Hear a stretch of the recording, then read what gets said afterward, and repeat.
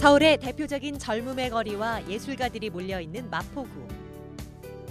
젊은 청년 상인들이 상권을 활성화시켰지만 임대료 상승에 외곽으로 내몰리는 젠트리피케이션으로 골머리를 앓고 있는데,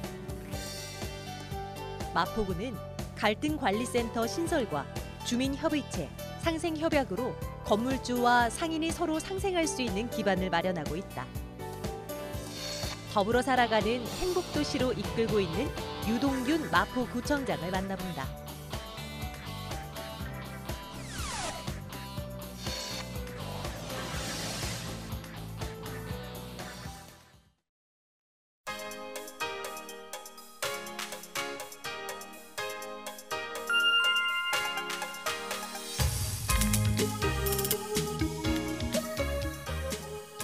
마포중앙도서관 관장님하고 이야기하고, 그러다 보니까 교육센터장님하고 이야기해서 올 한 해 지금 이제 예산을 일부 받아서 그 자유학년제를 운영을 하고 있어요.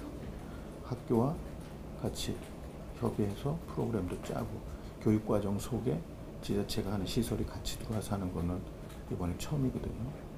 근데 현재까지는 상당히 좋은 결과가 나와서 앞으로 그래서 제가 한 2년 동안 해보고 싶다. 마포의 중앙도서관 및 청소년 교육센터가 들어오면서 이제 여러 가지 프로그램이 우리 그 도서관에 있고, 그리고 지금 도서관을 운영하는 그 관장이라든지 그 있는 직원들이 아주 유능한 직원들입니다. 그래서 굉장히 창의적이고 역동적이고 의욕이 많아요. 그래서 이제 이번에 성서 초등학교, 성서 중학교가 바로 그 옆에 있어서 이제 같이 사업을 해서 성과가 좋으니까 우리가 이제 교육경비 예산을 2억 8천 정도를 들여서 이제 그 시범적으로 사업을 했던 것인데, 이제 자유학년제가 지금 우리 성서 중학교에서는 굉장히 반응이 좋고 효과가 있다는 거잖아요. 그래서 이제 우리가 확대 실시를 이제 하려고 합니다. 확대 실시를 단계적으로 이제 넓혀 가려고 하고 있고요. 그래서 지금 우리 성서 중학교에서 자유학년제에 대한 효과 등 이런 걸 모니터를 잘 하셔서 데이터화해서 저희한테 좀 주셔서 구매할 수 있게 좀 해주시고요.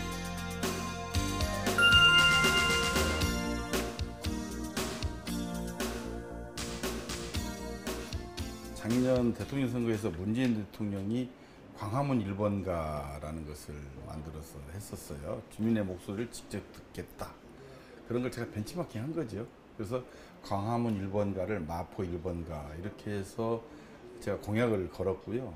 제가 생각하지 못했던 다양한 의견들이 들어온다는 얘기는 여러 가지 제안 이런 것들이 들어오고 있어요. 그래서 광화문 1번가에서 문재인 대통령이 시작을 했다면 우리는 그것을 마포 1번가로 만들어서 우리가 제대로 활용을 하고 있는데, 진정한 주민의 의견을 수렴하는 그런 창구로 저희가 활용하고 있다 이렇게 말씀드립니다.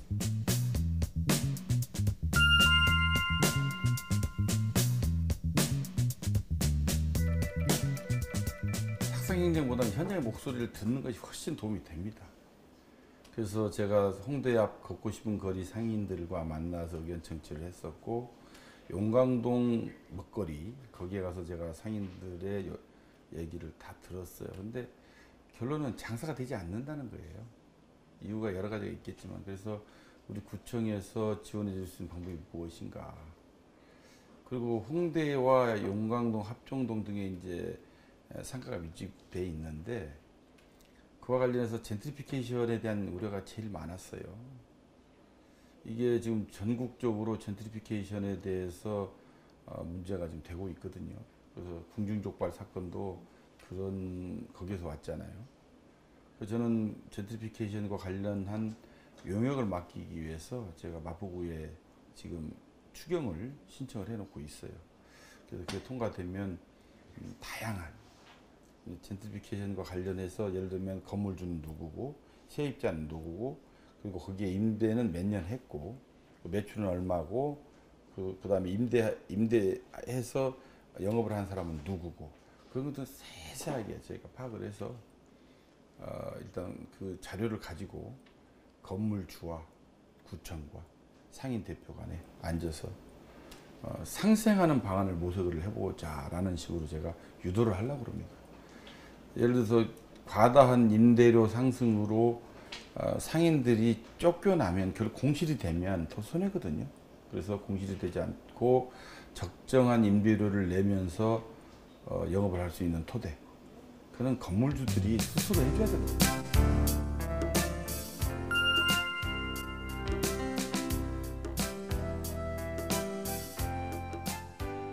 처음에 롯데에서 좀 무리하게 사업 신청한 면은 있어요.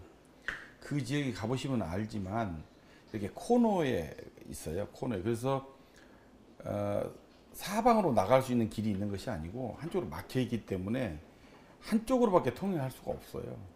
그래서 저는 그 큰 시설에 들어오면 교통 대란이 일어날 것으로 저는 생각을 해요. 그런데 그 주위에 있는 주민분들은 이제 가까운 곳에 쇼핑몰이 생긴다 그러니까 굉장히 이제 환영을 하고 있어요. 근데 단체장 입장에서는 여러 가지를 봐야 됩니다. 여러 가지 주민들의 편의성, 교통에 미치는 영향, 그리고 그 쇼핑몰에 들어왔을 때 우리 마포구는 어떠한 혜택이 있는지. 예를 들면 그 쇼핑몰이 들어와서 교통에 영향을 주고 주민들에게 불편을 줬다면 그 롯데 쇼핑몰과 관련해서 세수가 그만큼 들어와 줘야 주민 불편 해소 사업을 한다든지 주민에게 어떤 저희가 시설들을 해줄 수가 있거든요. 그래서 저는 롯데에다가는 우선 주 본사가 와야 됩니다. 우리 마포로. 주 본사가 와서 우리와 MOU를 맺어서 롯데 쇼핑몰의 직원은 그래도 우리 마포구에서 거주하는 사람 위주로 몇 % 채용을 하고, 그리고 이제 롯데 계열사들이 있으니까 계열사에서 몇 프로를 데려오고, 이렇게 해서 우리 마포에 있는 사람들이 많이 취직을 해야 되겠죠. 제 입장에서는. 그래야 그분들이 생활이 되고, 생활이 되면서 경제가 같이 효과가 있고. 그래서 저는 롯데가 들어오는 건 찬성을 하되 우리 마포구청에서 요구하는 것들이 있어요. 그건 좀 맞춰줘야 된다 생각을 하는 거예요.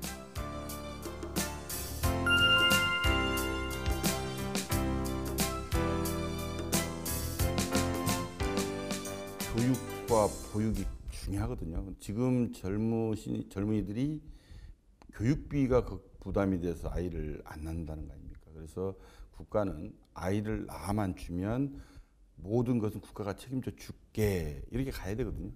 근데 아직까지 우리나라 시스템이 그렇게 못 되고 있거든요. 그래서 우리 마포만이라도 우선 아이를 낳으면 산후조리비를 우선 지원해 주고요.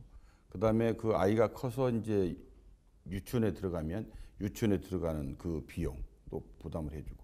그리고 커서 이제 교육을 시켜야 되는데 그러다 보면 교육비가 많이 들어간단 말이죠. 그래서 저희가 마포 이제 육성 장학재단을 만들어서 교육비를 지원하려고 하고 있는데, 우선 제가 취임 일성으로 마포구 장학재단에 기부하는 것부터 제가 했습니다. 그 기부는 그 전부터 내왔던 건데 이번에 액수를 많이 올려서 매월 30만 원씩 제가 장학재단에 내는 것으로 그렇게 하고 있고, 제가 그렇게 하다 보니까 이 장학재단에 많은 독지가들이 이렇게 돈을 내주고 있습니다. 그래서 장학재단이 많이 활성화되고 있고, 그리고 올해는 제가 교육경비 보조금을 약 한 50억 정도를 편성을 해서 지원할 예정이고요. 예를 들면 무상 교복, 그다음에 급식비 등 이런 것들을 저희가 구해서 차근차근 지원합니다.